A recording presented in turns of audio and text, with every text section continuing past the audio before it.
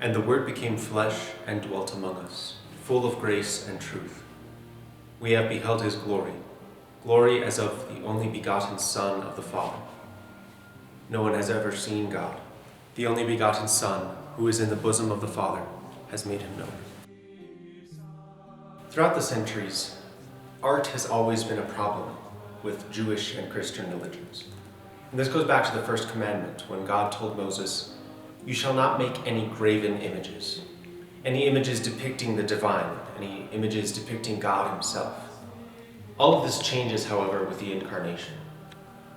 When the Son of God became man in the womb of the Virgin Mary, as Pope Benedict says, God took on a human face. And because of that, we now know what God looks like. We can look upon the face of the Son, and there we can see the Father. He even says so much in the Gospel of St. John. He says, "Whoever sees me sees the Father." Because of this, we can always use art, depictions of God, to help us understand different scenes of the Bible, different divine truths, different realities of our faith. But even still, iconoclasm, which says that we can't depict anything of God, has always been rampant in the Church from the earliest days.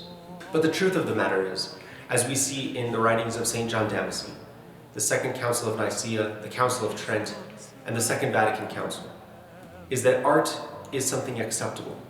It's something we can use to depict God, divine truths, biblical scenes, and that we can use to enter into prayer, into a relationship with God, all starting with these different realities we see in paint, in wood, and in images of stained glass, as we see here in the cathedral. Because of this, I want to just give a brief description of what art is in the Catholic tradition, and how it can be used to help us in our prayer. As we've seen in this whole series so far, we are incarnational beings, which means we have flesh, we have senses that we use when we're praying, when we're speaking to people, and in everything that we do. Everything that we have inside of us got there through one of our senses. And so, even in prayer, as we've seen so far, we need to use our senses to enter into prayer and into meditation. Because of this, art can be seen as an aid to our meditation, because it gives us beautiful things to contemplate. We can look upon stained glass or a painting and see something that we might not have noticed before about a Bible scene. We can gaze upon that image and see something beautiful, something new, and it helps us to pray to God better.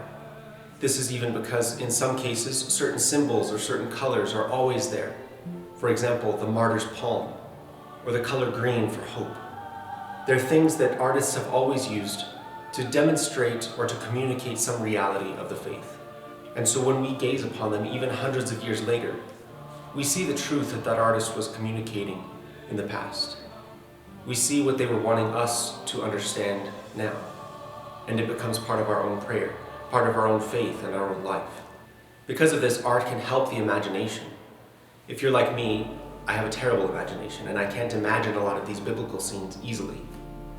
But through the use of paint, artists throughout the centuries have helped other people to come into contact with the scenes of the Bible or the lives of the saints in such a way that they can imagine that they were there. They can imagine what it was like to be a fisherman in the Sea of Galilee with James and John, or they can imagine what it was like to be on Golgotha when Jesus was crucified. They can enter into that scene. In this way, art becomes a means by which we enter into the reality of God, into the reality of our prayer. Ultimately then, because it's not an end in itself, art is this means by which we enter into God. We can say that the art is something that helps us to contemplate. It's a medium by which we enter into prayer, by which we can enter into that loving conversation with God. This is why we often say we don't pray to the image, but to the one represented by the image. So whether it be this image of Our Lady of Guadalupe, an image of the Sacred Heart, the stained glass of the saints, we're not praying to the glass and the wood and the paint. We're praying to those people that are already in heaven, asking for their intercession, and we're being reminded of them by these various elements of our prayer. Another reason we use art is what is known as the poor man's gospel. In ancient times, only the very rich could afford a museum collection of art. Only a few people could commission artists to make various paintings and things like that for their houses and for their homes. And yet the church has always known that if we want to communicate the gospel, we have to communicate it to everybody. And so she decided that these beautiful images, these statues, these paintings, would be placed in churches so that the rich and the poor alike could come in and gaze upon them in wonder. This means that the gospel could be communicated even to people who couldn't read, because they would see these pictures throughout the churches and they would see the gospel. They would learn what the stories of Jesus were. And these cathedrals that we see all throughout time, they were there for thousands of years, and people would grow up and live their whole life seeing these images. They would become part of them.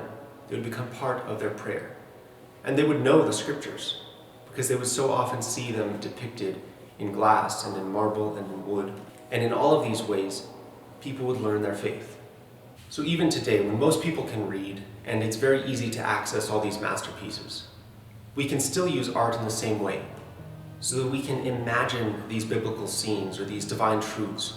We can go back to these paintings, these sculptures, and remember some aspect that we hadn't known before. Because in all of these works of art, there's some nuance that the artist wanted to communicate, whether it be in Michelangelo's David or in any of Caravaggio's paintings. They're trying to communicate a specific element of the biblical story, and it can help us enter more fully into it, enter into it more deeply. And even if it's just a simple brush stroke or a color that catches our eye, it helps us in our prayer to be more fully attentive to whatever it is we're praying about. The final aspect of art, which is so important, is that it goes along with the life of holiness. It literally goes along with the lives of the saints, as we see in so many various depictions of saints throughout time and throughout history. Cardinal Ratzinger once said, "I have often affirmed my conviction that the true apology of Christian faith, the most convincing demonstration of its truth, are the saints and the beauty that the faith has generated." In other words, Cardinal Ratzinger is saying that the best thing we have to communicate our faith and to make others believe that what we have is true is art and its beauty on one hand and the lives of the saints on the other. This is because, as Dr. Elizabeth Lev said in her book, How Catholic Art Saved the Faith, as the lives of the saints made visible, albeit imperfectly, the kingdom of heaven on earth, so art, within its own limitations, could offer a glimpse of mystery, of history, and of the divine. To put it another way, when we gaze upon the lives of the saints in art or in their lives, we are seeing God at work in history. We are seeing that even now, He wants us to be holy. And by looking upon art and by seeing the saints, we are reminded that we too are called to live that life. We too are called to be saints. This is why Dr. Lev says, just as photography reminds people of friends and forges acquaintances among strangers, art served to create bonds between the living and the dead. Artists would imagine and illustrate another reality, showing brothers and sisters who had preceded them into the afterlife, a community waiting to be admitted into the presence of Christ. By having art, then, we are reminding ourselves that we are not made for this world, but that like the saints before us, we are called to heaven. We are called to live lives as Christian witnesses to God. And so through every type of artwork, no matter what it is, we are reminded that we have people in heaven interceding for us, and that Christ wants us to join them. No matter what the art form is, it's not a static image on canvas or a photograph even. It's a reminder to us that God is calling us to Himself. He is calling us to be saints and to bring other people with us in a life of Christian witness. And so through the arts, we see that all of us are meant to be holy, and that Christ is drawing us into His mystery so that we can live for Him here. But, like the saints depicted in art, we can live with Him forever in heaven.